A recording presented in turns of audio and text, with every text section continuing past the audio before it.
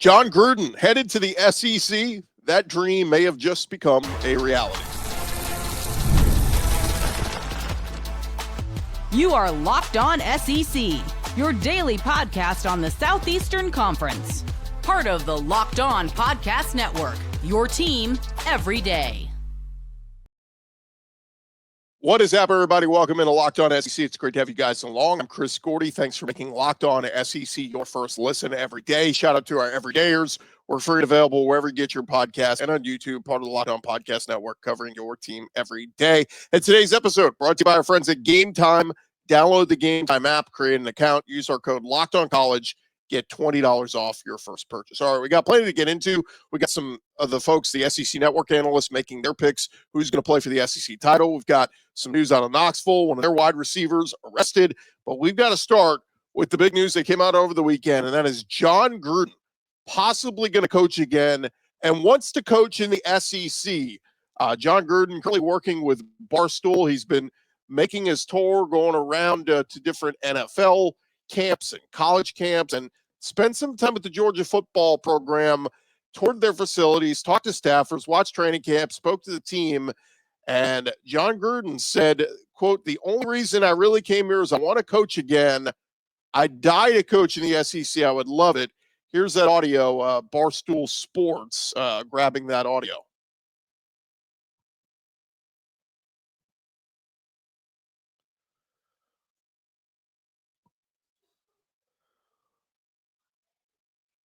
I would die to coach in the SEC. So, look, this is, it's funny because Jon Gruden was the white whale for so long.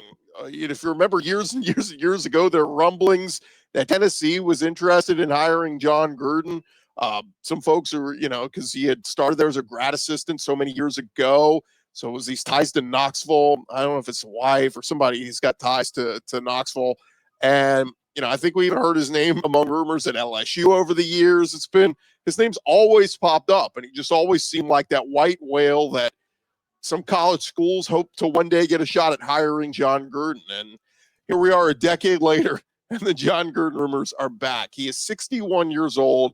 He's not held a coaching position in either the NFL or college since 2021. He was a consultant with the Saints in 2023, and he got into the media world with Barstool Sports the last year or so.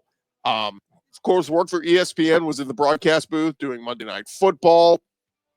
And look, there are already several schools being floated out there on where would he be a good fit, right? If you keeping track, like the SEC they brought back every coach from last year. So the reality is some heads are going to roll following the 2025 season. You're going to have some SEC coaches that are going to be fired or maybe a retirement. But the question is, where could Jon Gruden end up? And I started kind of kicking around. The folks at Saturday Down, they put together a listing of the landing spots. So I figured we'd take a look at some of these. And so let's just have some fun and kick it around. And first up, let's look at Arkansas. We don't know what's going on with Sam Pittman. Some people had thought, our buddy John Neighbors thought maybe he would step aside from coaching after last year. He had to have hip surgery. And obviously the Arkansas fan base is very much in a malaise with Sam Pittman as the head coach. So if things don't go well this year, Sam Pittman could be shown the door, and Jon Gruden could be that guy. And you think that wouldn't get Hog Nation fired up? Arkansas bring in Jon Gruden. Look, he's had good work with quarterbacks in the past. He won a Super Bowl with Tampa Bay so many years ago with Brad Johnson. People always used to bring up the two quarterbacks, can this guy win a Super Bowl at quarterback? Well, look, you had Brad Johnson won one in Tampa, Trent Dilfer won one in Baltimore. Those are always the two instances people always use of, average to good quarterbacks won a Super Bowl. And Jon Gruden certainly was able to get the most out of his quarterback there. Obviously, Bobby Petrino doing a great job getting the most out of Taylor Green right now. But, is that a marriage you can make happen? Could maybe you fire Sam Pittman if you're Arkansas at the end of the year, but you hire Jon Gruden, but he keeps Bobby Petrino on as his OC? I don't know. We're just talking out loud here, but that would certainly be a fun one. Then they also listed Mississippi State. Of course, this will be year 2 for Jeff Lebby. And look, if things don't improve this year, I think they have to take a step forward. I've said it. I think they'll win an SEC game or 2 if Blake Shapen stays healthy and all these new pieces work. But I think like Mississippi State, the ceiling is 6-6. Can they get to a bowl game? I mean, if it's a 3 or 4 win season, I think they could maybe say, you know what, the Jeff Lebby experiment didn't work. Let's pull the trigger if we can get Jon Gruden to start full. Another one that is being floated out there, and this is the one that most people are having fun with, Auburn. Of course, Hugh Freeze. He is has not been going well there on the field. The recruiting has been very good up until this season, but the class of 2026 still kind of behind the times right now. They did add a big-time wide receiver just a week ago, but I want to say their class is still somewhere in the 40s behind Sacramento State, among others. Jon Gruden, is he the guy that will come in and invigorate that Auburn fan base if things go south with Hugh Freeze this year? And you think of all the past Auburn coaches, Tommy Tuberville, Gene Chizik, Gus Malzahn, Brian Harsin. If Hugh Freeze is a dead man walking, who's going to get everybody at Toomer's Corner fired up than Jon Gruden? So we'll see on that one. The last one they listed, it's already down south. They put Kentucky. So it isn't so much we don't like Mark Stoops, but Gruden, who cares if his SEC coaching experience is limited? That could be must-see TV. Jon Gruden putting on the blue there in Kentucky. So, look, it's fun to kick around. I think it's a reality. Like, I think he'll be available if an SEC program wants to hire him following this 2025 football season. But I'll say this about Gruden. I mean, he's never been a college head coach. He was a college assistant in the 80s. His last time in college was 1991 as the wide receivers coach at Pitt. All his other coaching stops have been in the NFL.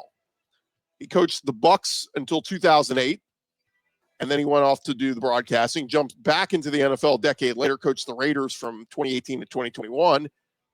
And if you remember, he was let go from the NFL pretty unceremoniously because of some pretty heinous emails that were exposed. Like, not the greatest PR you want to have when hiring a coach. But, of course, we know time heals all wounds, right? We know why Hugh Freeze was let go from Ole Miss. Time heals all wounds. Years later, Hugh Freeze is back in the SEC. So while, go read some of those emails of stuff that Gruden said, it's pretty despicable, but time heals all wounds. The more time goes on, maybe people, they move on from that. But look, the stint with the Raiders was not good. I mean, he went 22-31 overall. So my question is Jon Gruden even still a good football coach? And then also, can he coach in college in 2025, this new age of NIL? And I mean, how much recruiting has he done over his years? And he's in his 60s. Of course, North Carolina took a gamble this offseason on Bill Belichick. And we're going to see how that one plays out. To me, I think Gruden being in the SEC next year almost depends if Belichick is successful. If Bill Belichick is successful at North Carolina this year, and let's say they win 8, 9, 10 games, I think that will be the sample size to go, okay, the old NFL guy does work. Let's try it with Jon Gruden. But for me, or for Gruden, to me, like, recruits today probably know him more from his unboxing videos on social media and working with Barstool Sports than he do as a college football or as a football coach. Our buddy Stephen Willis from Locked On Ole Miss pointed out, he said, in this era where money is like 90% of it, you don't really need a coach that excites recruits as much anymore. You need a coach that will excite the 50 and 60-year-old millionaires who are writing the checks for NIL. So I thought that was kind of an interesting way to look at it, where, okay, is he going to fire up the boosters? Are they going to write money? Well, then, hey, he's going to get all the players he wants. Now, I still think you have to have recruiting. You still have to be able to do that. That's still a part of it. But, can you buy a big portion of a portal class and bring guys in? Sure. And look, at least Gruden's worked in the NFL. He knows how to handle a salary cap and work with a GM. So maybe he's got that part down already. All right, one other note on this with Jon Gruden potentially coming to college and coming to the SEC. I saw yesterday the former Florida State and Texas A&M head coach Jimbo Fiser is, quote, very interested in returning to coaching. Jimbo saying, I would be very interested in still doing it because I think I've got a lot to give and like to get back out there. I really would. Now, Jimbo's about to make his ACC network debut, signing a media deal with them. He's not been on the sidelines since he got fired from A&M in 2023, but he was on the Trials and Triumph show with Freddie Stevenson. He said he's enjoying his time with his family. He's leaving A&M, but he said if the right situation presents itself, he would consider coming back. He said, answer your question. If the right situation came along and it's right, I'm still 59. I'm still in great shape. I'm healthy. Have had success everywhere we've been. We know at the end of A&M, it was unfortunate, but we also had the highest ranked team they ever had there in 2020. The way the game is, I still do love it. I've won 72% of my games, 80% of my playoff games. I miss the relationships, so on and so forth. So Jimbo Fisher, could he be back in coaching? I don't think in the SEC, right? Like the A&M thing is still kind of fresh. I don't know if any SEC school will look at him, but look, again, maybe if you're Kentucky and you move on from Mark Stoops, Jimbo Fisher, would that get your fan base excited? Same thing, Mississippi State. If you get a Jimbo Fisher, would you? So again, not trying to get anybody fired, not trying to write off any SEC coaches. We're just trying to consider where there could be openings. And what if, I don't know, USC or Penn State opens and Lane Kiffin does leave Ole Miss? Ole Miss could be open. So there's a whole lot of stuff that could happen, but nonetheless, fun to kick around a potential world where Jon Gruden is coaching in the SEC. Sign me up for 2026 SEC Media Days and hearing Jon Gruden at the podium. That would be a whole lot of fun, man. I just don't know where it would be, but that man wants to coach in the SEC. He said it. All right. Thank you guys for making Locked On SEC your first listen every day. When we return, we'll get you caught up with some news and tidbits from around training camps or fall camps, including some unfortunate news over at Tennessee. We'll discuss that here in just a second. Hey, look, we've all been there logging on and waiting forever for concert tickets to go on sale, only to lose your spot for a show you've been dying to see. Live music, it's about making memories, not dealing with the stress of ticket shopping, and that's where the Game Time app comes in. Game Time makes getting concert tickets faster and easier than ever. Prices actually drop as you get closer to showtime, and you can save up to 60% off with their killer last-minute deals. If you're tired of endless scrolling, trying to find the best deal, it's got their zone deals, which pick the best seats in your section for you. And with Game Time, the price you see is the price you pay, no hidden fees. I told you guys I was in Boston a week ago and bought some tickets to a Red Sox game on the Game Time app. Whether it's for a game, for a concert, whatever it is, Game Time is going to make it super easy for you. Take the guesswork out of buying tickets with Game Time. Download the Game Time app today, create an account, use our code LOCKEDONCollege, get $20 off your first purchase. If you've never used them before, terms apply. Again, create an account, redeem code LOCKEDONCollege, get $20 off. Download Game Time today. Last minute tickets, lowest price guaranteed.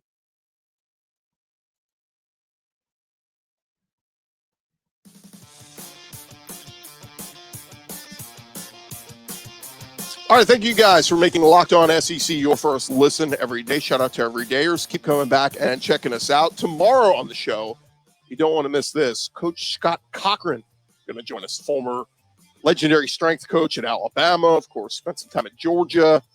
Coach, as they call him. Excited to talk with him. He's got a book that debuts this week. We'll be talking with him about that, so don't miss that this week on Locked On SEC. Coach Scott Cochran stopping by. All right, some updates from the weekend around fall camp on SEC campuses, and we got to start over at Tennessee as Tennessee wide receiver Chris Brazzell reportedly arrested following a traffic stop. He was arrested on Friday after police found he was driving with a suspended license and speeding, according to a Knoxville police report obtained by the Knox News. They said a Tennessee spokesperson said, "We are aware of the traffic stop involving Chris Brazzell, have no further comment at this time. He is scheduled to appear in court on August 20th. That, of course, is just a little over a week away. Losing him for any amount of time would be a huge loss for Tennessee. And, of course, I work in a lot of new pieces at wide receiver. Guys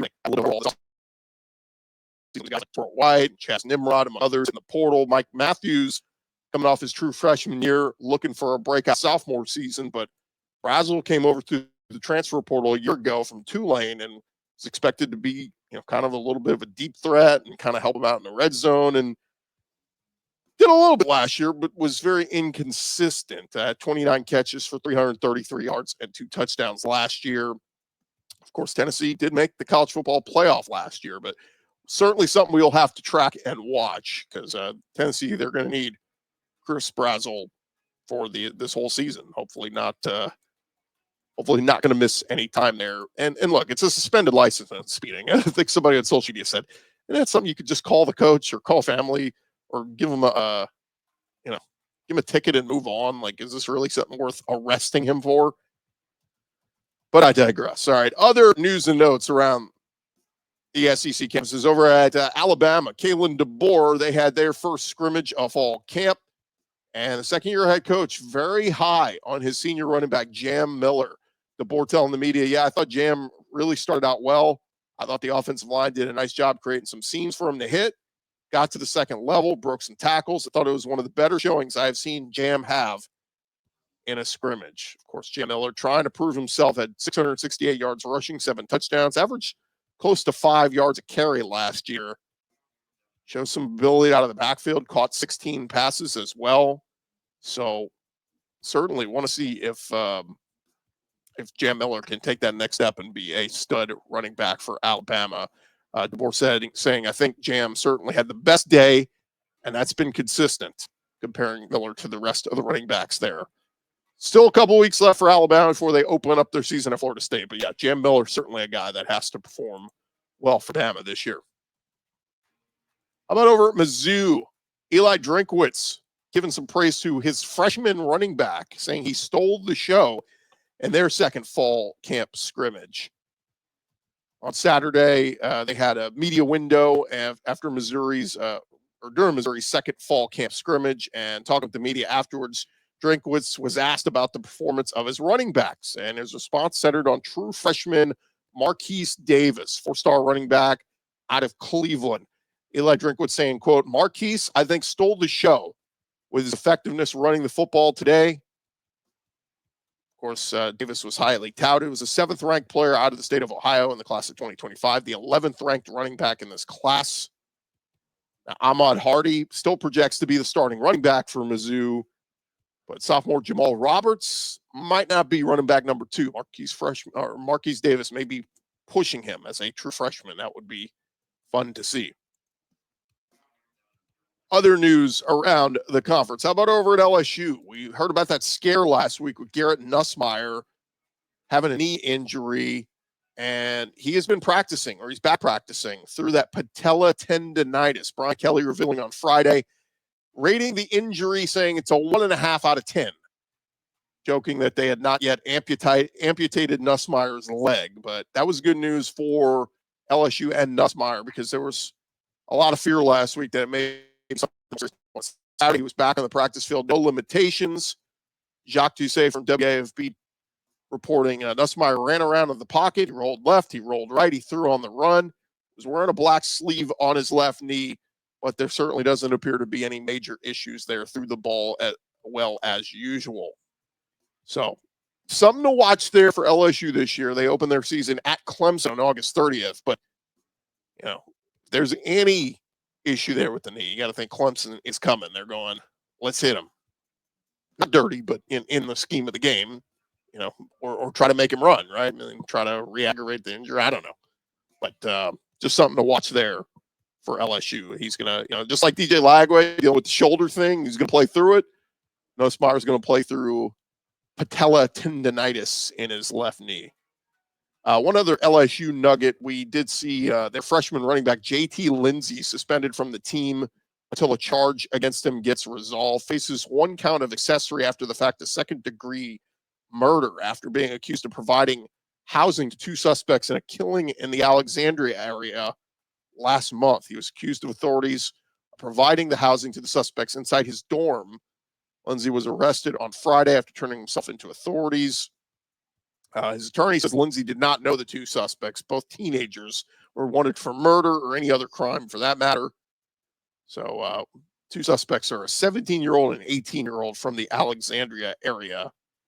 So we'll see what happens there. But they were arrested. Those 2 kids were arrested at the LSU Gateway Apartments on Monday.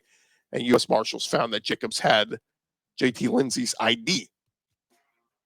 So we'll track that one, see what happens there. And then lastly, over at Auburn Tigers getting ready for a game coming up Fridays. They will open on the road at Baylor. Dave Aranda on Saturday revealing that their junior running back Dawson Pendergrass is going to be out for the season, injuring his foot. Aranda saying it's too bad. It's definite misfortune. He's going to have to get surgery on his foot. Now, Baylor does return their leading rusher from last year, Bryson Washington, who is RB1, but Pendergrass was very much expected to be RB2. He had, like we said, almost 700 yards rushing last year as the backup. So Auburn and Baylor gearing up for their week 1 showdown, August 29th, Friday night on Fox. Game set for a 7 p.m. Central, 8 Eastern game from Waco. Going to be a lot of fun, but hey, good advantage for Auburn there. They get some good news that Baylor will be down one of their good weapons on offense. All right, thank you guys for making Locked On SEC your first listen every day. Coming up next, the SEC Network, some of their analysts making their picks to make the SEC championship game. We'll talk about that here in just a sec.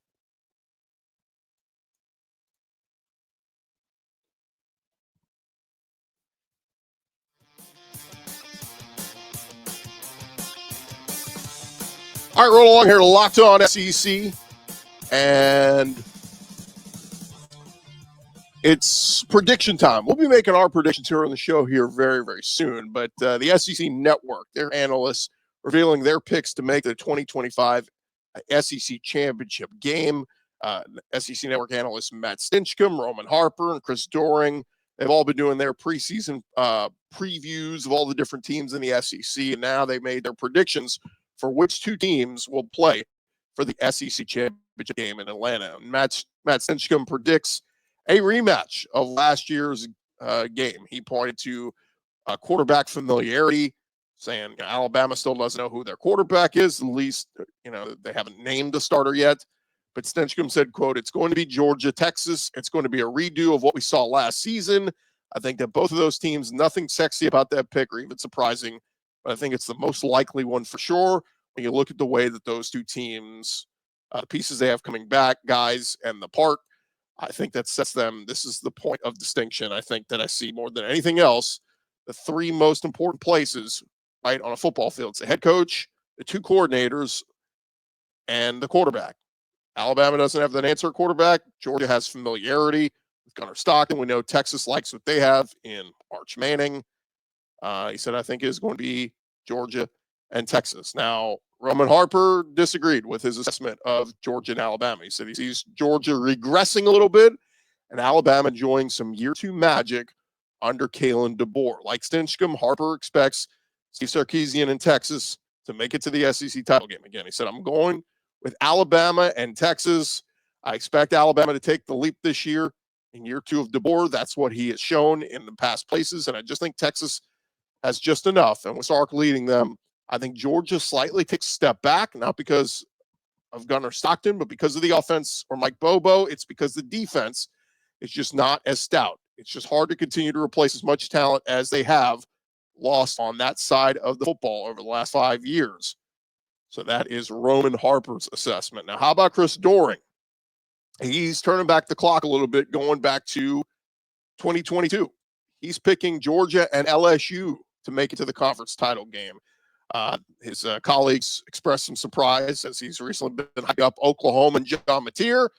But he said, quote, we're going Georgia. I think they go 10-2 this year. I think they find their way back to Atlanta. And I'm taking LSU. I think LSU is a team that FPI has not given them the credit they deserve. Nussmeier, one of the best quarterbacks back.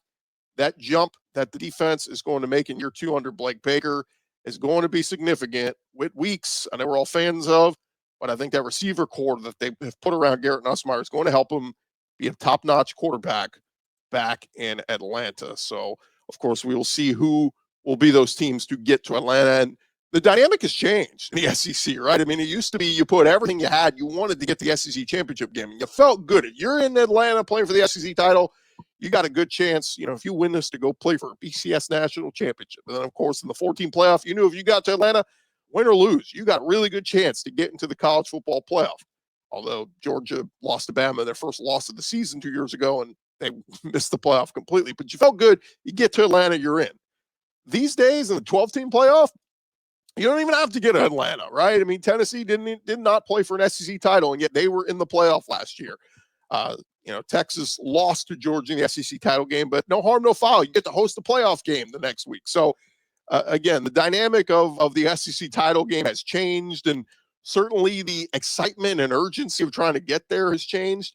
So I look at it as, if you get to Atlanta, great, but how many people are really celebrating, winning that SEC title? Like for Georgia last year, did their fan base run out and buy T-shirts of SEC champs 2024? Like, I think we put so much onus on. It's about the playoff. It's about winning in the postseason and winning a national championship, or at least getting to play for one.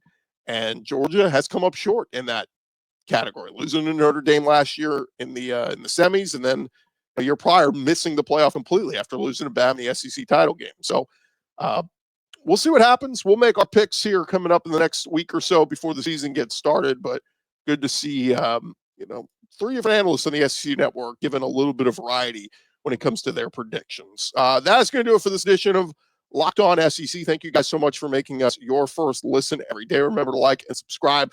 We are closing in on we've got some great people have been following us for years on the podcast side. The YouTube page has been kind of building over these last couple of years. We're so close, closing in on 10,000. So if you haven't liked us there yet, give us a like and subscribe on YouTube.